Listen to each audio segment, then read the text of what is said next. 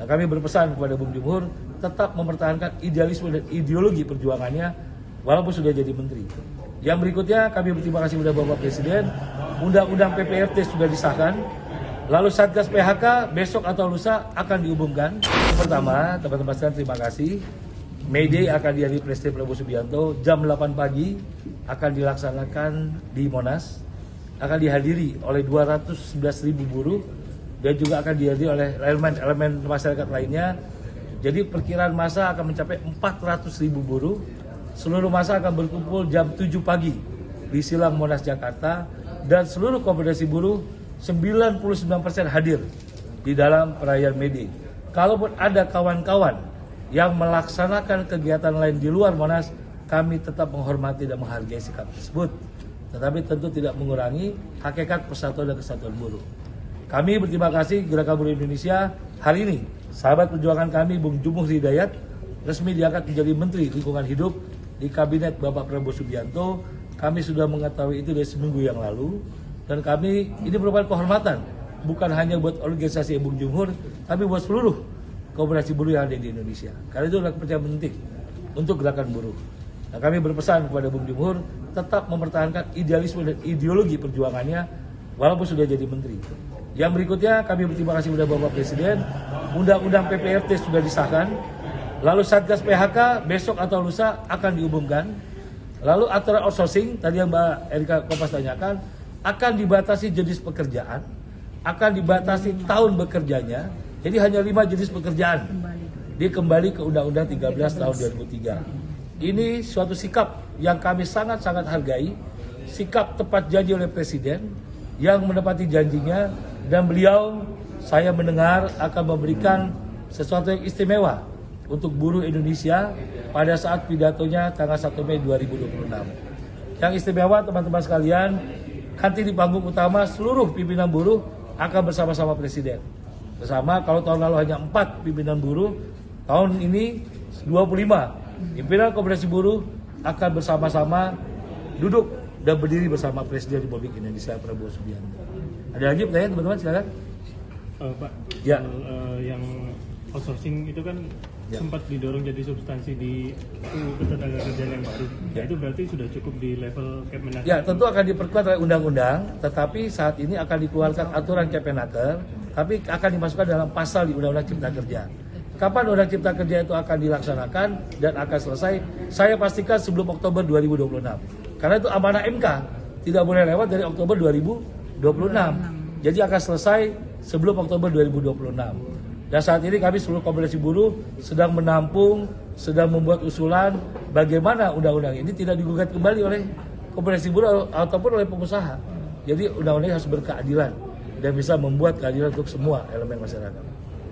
Ada lagi? Oke, ojol saya tidak bisa menyampaikan apa yang diucapkan Presiden karena tidak boleh mendari Presiden, tapi saya tahu persis Presiden dan jajarannya berupaya keras dalam sebulan terakhir Amerika untuk menemukan solusi untuk ojol, meliputi jaminan kesehatan, jaminan sosial, dan intinya benar-benar pekerjaan ojol itu benar-benar sangat diperhatikan oleh pemerintah. Dan Presiden saya mendengar juga akan menyampaikan itu dalam pidatonya pada saat hari Jumat nanti jam 8 pagi. Bisa tambahkan soal ojol ya Mbak? Ya. Karena ini adalah akan pembahasan kedua di International Labour Conference di Jenewa.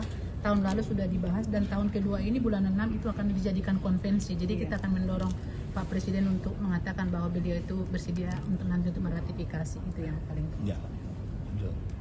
Ada lagi? Cukup? Cukup. PHK sendiri. Oke. Ini nanti di hari May Day sudah mulai diumumkan. Ya, berjalan. Satgas PHK saya tegaskan sekali lagi akan diumumkan sebelum May Day. Satgas PHK besok atau lusa bahkan sebelum Rabu saya mendengar akan diumumkan oleh pemerintah dan langsung bekerja secara langsung, akan diisi oleh tokoh-tokoh buruh, oleh akademisi, oleh para pejabat-pejabat kementerian lintas sektoral, dan ini benar-benar sangat kuat karena sangat taktis. Jadi bukan hanya Satgas PHK judulnya Bung Vito, Satgas PHK dan peningkatan kesejahteraan pekerja. Jadi melingkupi kesehatan, pendidikan, lalu perumahan dan jaminan sosial. Jadi itu menggantikan DKBN. DKBN saya tegaskan bukan Presiden tidak menepati janji, kami para pimpinan buruh yang meminta agar dibuat simpel. menjadi Satgas PHK, tapi lebih efektif dan lebih simpel. Karena kalau dewan lagi kebanyakan lembaga dan APBN sudah ada, dan sudah ada LKS tripartit yang menjadi wakil para serikat pekerja, pengusaha dan juga pemerintah. Dan di undang-undang. Jadi LKS tripartitnya diperkuat lagi oleh Satgas PHK dan peningkatan kesejahteraan pekerja. Berarti minggu ini Bang ya? Saya pastikan insya Allah sebelum hari Rabu diumumkan. Mudah-mudahan. Bang Andi, berarti kan kalau tadi yang outsourcing itu hanya boleh 5, Ya. artinya di luar 5 nggak boleh? Nggak boleh. Nggak boleh. Dan itu sudah ada sanksi pidananya, Mbak Lila. Jadi kalau itu disampaikan oleh pemerintah aturannya dan ada batasannya, saya mendengar hanya wajib 1 tahun. 1 tahun harus diangkat jadi pegawai tetap. Dan hanya terbatas di majelis pekerjaan. Saya spill misalnya driver, ada security, ada catering, ada jasa service, jasa layanan pertambangan. Ini jasa layanan bukan pekerja pertambangan, jasa layanan pekerjaan pertambangan. Di luar itu berarti Semuanya harus pegawai tetap, nggak boleh di outsourcing. Cukup? Terima kasih teman-teman, terima kasih. Teman-teman silakan. Sampai jumpa di Rabu ya. Rabu kita jumpa jam 13.30. Ojek online akan mendapatkan kejutan luar biasa. Saya tidak mendapat sampaikan, tapi saya tahu persis upaya beliau dan saya akan sampaikan ke pers cerita PD ini. Sejak awal Maret, Presiden Prabowo menaruh perhatian sangat-sangat luar biasa. Saya dipanggil oleh Presiden, duduk berdua. Beliau mendesain khusus kaos Mayday. Nah ini harus saya sampaikan ke publik, begitu sayangnya beliau sama buruh. Desain kaos Mayday itu beliau sampaikan dari soal warna, berubah warna 8 hari. Saya bersama Presiden itu, beliau minta yang terbaik, kaosnya jangan yang bikin panas, kursi yang terbaik. Itu saya sampai terharu. Seorang Presiden, seorang kepala negara sejak 3 bulan sebelum Mayday sudah berpikir soal buruh jangan kepanasan. Setelah kaos, jadi kaos yang akan dikenakan kita semua itu hadiah dari Presiden Prabowo. Tepuk tangan buat Pak Prabowo, luar biasa sekali. Desainnya betul-betul dari beliau langsung. Pak Andi, mesti ada yang perempuannya, jangan buruh laki-lakinya kelihatan, kita kasih. Kurang perempuannya jangan cuma 1, tambah lagi. Itu luar biasa. Nanti buruh kepanasan Pak Andi, kasih payung. Payung, saya desainkan, Presiden langsung. Nah ini ceritanya saya buka ke publik bahwa Presiden itu sudah gak ada urusan-urusan apalagi politik, gak ada. Benar-benar seorang bapak pada anaknya. Yang saya sampaikan ke publik 3 bulan sebelum Mayday, beliau sudah meminta kami menyiapkan kaos, meminta menyiapkan payung agar semua buruh bahagia. Bahkan nanti pagi saya tidak ingin buruh keluar dari Monas cemberut, ada hadiah lagi dari Presiden. Dan sekarang saya tegaskan, tidak dari APBN. Kaos, payung, semua dana pribadi Presiden Prabowo Subianto. Itu saya tahu persis. Jadi kalau orang tanya persiapan Mayday sejak kapan? Sejak Maret. Awal Maret saya dipanggil Presiden, bertemu duduk khusus berdua dan saya minta kepada Bapak Presiden, Bapak Presiden kita rubah Mayday. Mayday tahun 2026, Mayday Persatuan dan Kesatuan Buruh. Tidak boleh lagi pimpinan buruh berdiri yang jauh-jauh. Seluruh Presiden buruh harus duduk di panggung utama bersama Presiden Prabowo Subianto. Dan Presiden setuju.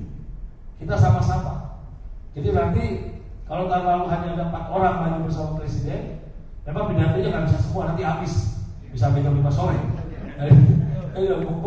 Saya udah minta kebesaran hati kawan-kawan dari perwakilan yang bisa mendengar satu untuk bisa. Tetapi saat penutupan, Presiden akan memanggil seluruh Presiden Konfederasi bersama beliau maju ke depan panggung. Itu menunjukkan persatuan kesatuan buruh. Tidak ada warna bendera, tidak ada beda organisasi, yang ada hanya satu, persatuan kesatuan buruh Indonesia. Itu yang paling luar biasa. Jadi itu kebanggaan luar biasa teman-teman. Hari ini sahabat kita Bung Jumhur resmi yang akan menjadi menteri, mungkin sudah dilantik tadi jam 15.00 dan beliau akan hadir Mayday sebagai aktivis buruh sekaligus sebagai anggota kabinet bersama-sama kita dan tetap akan menyampaikan pidato. Sempat menyampaikan ke saya, Bung, setelah saya jadi menteri, pidato saya gimana? Terus pidato kan sebagai pimpinan buruh sampai akhir hayat tidak akan lepas. Tidak ada kata pensiun buat seorang aktivis buruh, nggak ada kata pensiun. Jadi saya ingin membuka pertanyaan, silakan dipandu oleh Pandu. Silakan Bu Pandu. Untuk mana Pandu? Bu Pandu hilang. Oh Pandu, silakan Bu Pandu, silakan teman-teman yang sebutkan nama medianya dan saya akan jawab apapun pertanyaan. Silakan.